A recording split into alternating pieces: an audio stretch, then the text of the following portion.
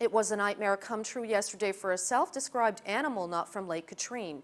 Bruce Van Brammer had more than 80 of his animals, most of which are sick or disfigured, seized yesterday by members of the Ulster County Sheriff's Department. The category that's extremely difficult to differentiate are hoarders. Individuals that hoard and collect for their own prurient interest. Nobody likes her and she doesn't like anybody. He was too wild for adoption, blind in both eyes.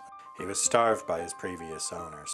We'd be weighing, we'd be examining, and more were coming, and more were coming. Individuals that commit that type of crime demonstrate to me an evil state. Maybe evil is not a good word under this political climate.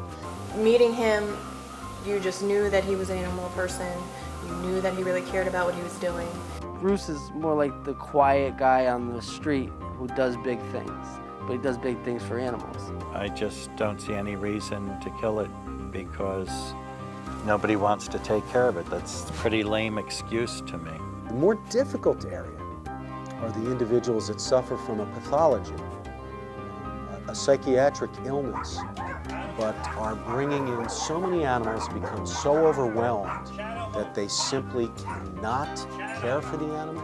I've known Bruce for 2.5, 3 years. He wouldn't hurt a fly. The animals I could recognize from across the street when they were screaming, barking. If they are deeply concerned about animals, they would have not have treated the animals that way.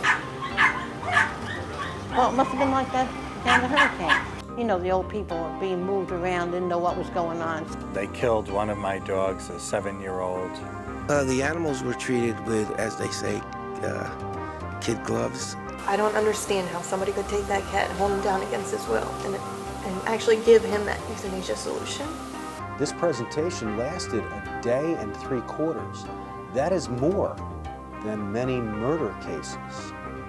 I think somebody's just out to get him, and I think they're just out to put him out of business.